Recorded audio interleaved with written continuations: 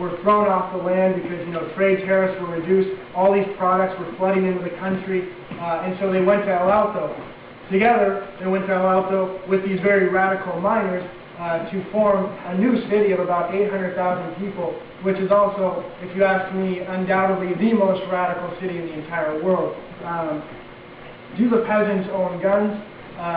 A lot of them do own guns, actually. We have one member whose father is actually a peasant leader, and he says that he's from the countryside, from Chapagre, which is the main coca growing region. Which, just to let you guys know, the coca leaf is not cocaine.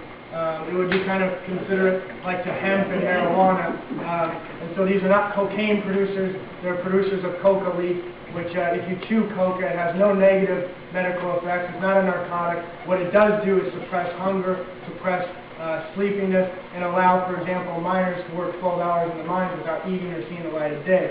But a lot of these peasants, that was a digression, but a lot of these peasants do own guns, but they're guns from like 1945, like Mausers and stuff like that. But nonetheless, it's important that most of these peasants do own guns in case of something really drastic, if that were to occur.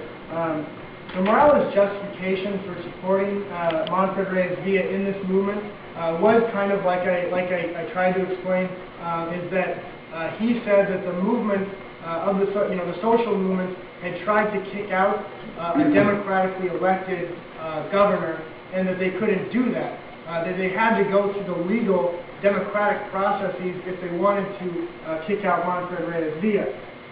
Now, like I said, I think that that this highlights one of the major just shams, for example, of capitalist democracy.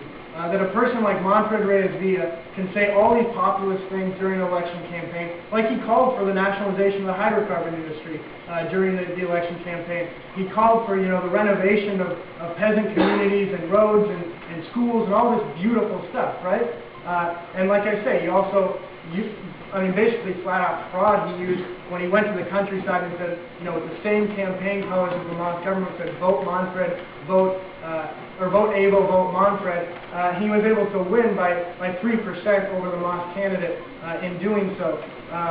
Now we would say that it's perfectly within the right of the social movement and of the worker majority to kick out immediately a prefect who obviously used a bogus campaign, had no intention of actually following through on his populist promises, and after being elected immediately became a staunch defender of the right-wing opposition and of the eastern states, in a state which is traditionally very, very left-wing. And for example, Cochabamba is the coche growers union. That's where Evo Morales actually originated. He was born.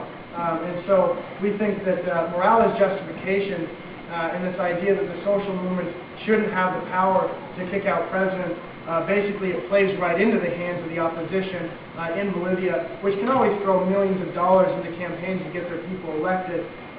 And we've seen the result of that is that we have an opposition force in Cochabamba that we wouldn't have otherwise. And this guy is literally one of the most one of the key elements of the right-wing opposition, because he does act in this area which is traditionally supports the left wing. And for example, right now, I talked to my wife a couple days ago, and she was saying that things are very, very active. And one of the things is the right-wing opposition is trying to get signatures for a referendum on autonomy in Cochabamba.